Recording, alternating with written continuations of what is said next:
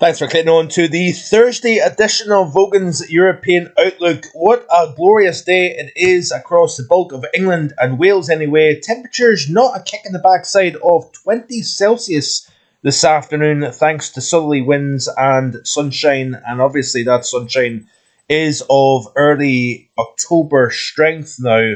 So we're seeing the response at the surface. But they almost gen clear skies all the way across the heart of Europe here at the moment, thanks to strong area of high pressure.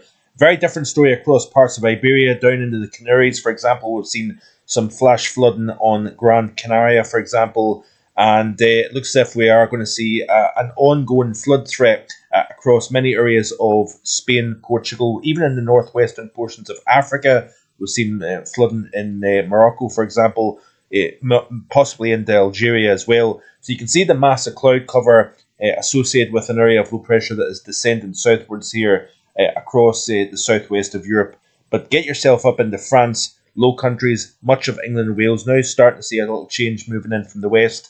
But across a vast area of Central Europe, we have got completely clear sunny skies. And these are the temperatures, according to the BBC anyway, as of 2 p.m. this afternoon. Average temperature at Albemarle is 8 Celsius, got up to 19 Celsius at 2 o'clock. Santon Downham in Suffolk, 19 as opposed to 10.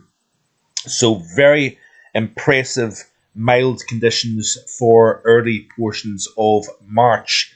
It could be a very different story altogether as we move into the early and middle portions of next week. Those averages could be below what we actually see. This is going to be a weather whiplash, so to speak, as we progress through the course of next week. This is the temperatures this morning. Again, same story all week long. Mild conditions with the breeze and cloud cover across the north. Some fairly heavy spells of rain as well, by the way. I was down in the Glasgow area last night and the night before, and it was chucking it down. It really was miserable out there during the late evening into the early hours of the morning through central Scotland, as it was seeing a flow coming in from the west-southwest. But generally mild conditions across the north was seen as high as 16 Celsius yesterday afternoon at Tain, north of Inverness. But the further south you go, again, under those clear skies, light winds, we've seen the biggest fluctuation between day and night. Temperatures, -5, I think, through the first 5 mornings of March. I'm not entirely sure whether we got a -5 this morning or not. It doesn't actually look, according to the Meteosale data here anyway, it doesn't look as if we got down as low as -5. I could be wrong. But so we're starting to kind of slightly lose that chill.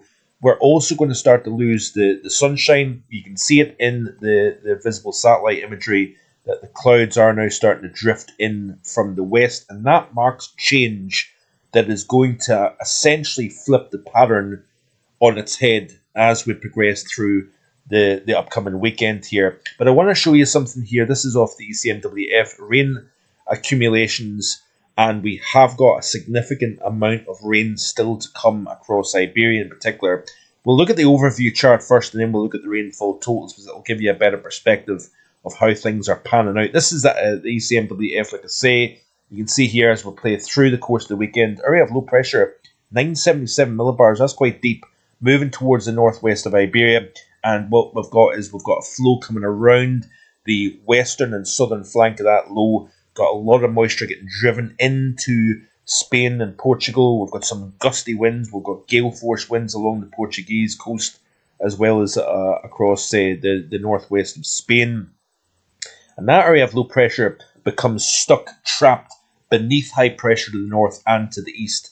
And moisture is going to continue to pile its way in through the course of the weekend and into early next week. All the while, we're seeing high pressure now build up towards Iceland and Greenland. We're going to flip the NAO on its head. Rather than being firm positive, it's going to be more negative. So we're reversing the overall sequence of events. We had high pressure to the south, low pressure to the north.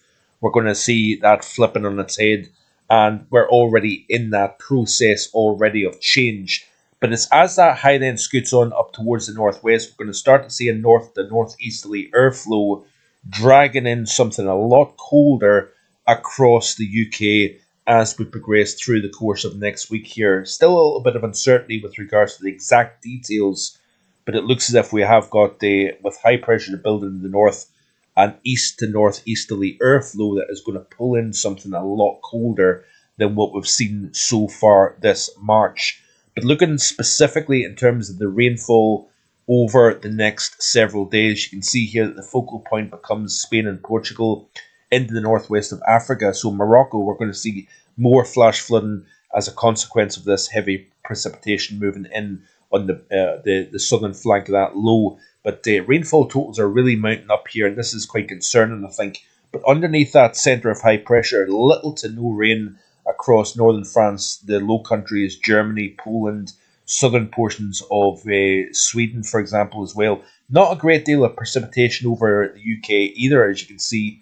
But generally speaking, that southwest of Europe, western Iberia, even in the parts of the upslopes of western and central Italy, the Balkan region as well, all going to see heavy precipitation over the next week or so here. So this is going out to next Friday. And you can see here quite a stark contrast, very, very heavy precipitation. This is indicative of a negative NAO when you've got the heavy precipitation through the Mediterranean, a lack thereof across the bulk of the UK, Ireland, and then in the central areas of Europe. This is a textbook undercutting low pressure system situation. We've got the storm track forced further south as well. And this is what's happening when you've got the stratospheric warming, the likely reversal in the mean zonal winds. This is likely to be a longer term trend in terms of blocking south displaced jet, etc., etc. So something that we're going to keep an eye on quite closely here on the channel. So stick around. Lots of weather going on. We've got the potential of something more wintry coming back next week. So I hope you can stick around and keep with me, because there is certainly, despite being out of meteorological winter, we still have the potential of some problematic weather, whether it be wintry showers moving into the north, flash flooding across parts of southern Europe. There is a lot of things to cover, and I certainly strive to keep you up to date as much as I can. But yeah, this is a concerning situation across the south and southwest of Europe over the next few days. But let's have a quick look then at the bigger picture and looking at the 850 profile in terms of that cold air coming in from the north. Sorry. So if we look at the 850s, this is, like I say, the latest ECMWF. The here and now, mild conditions, low pressure to the west, high pressure to the east, southwesterly flow. We're seeing the response to that. And then there's that area of low pressure winding up, tugging in some of that cold air from Greenland right the way down into the heart of the central Atlantic. Around the base of the low, we're going to see even snowfall over high terrain as well. So cold and wet and windy conditions down across Iberia. We've got higher pressure, more settled conditions. And we're likely to also see the return of something clearer, calmer, and possibly frostier, even through the weekend across northern UK, while we've got more cloud and milder conditions across the south. So again, we're flipping this temperature profile on its head with higher pressure to the north. We've got the coldest conditions by night, less in the way of clear skies further south. We're going to lose those cold nights that we've seen quite a lot recently. This is the ECM run for Tuesday, the 11th of March. So next Tuesday, we've got an area of high pressure centred Iceland up towards Greenland. Got a pocket of mild air here as well.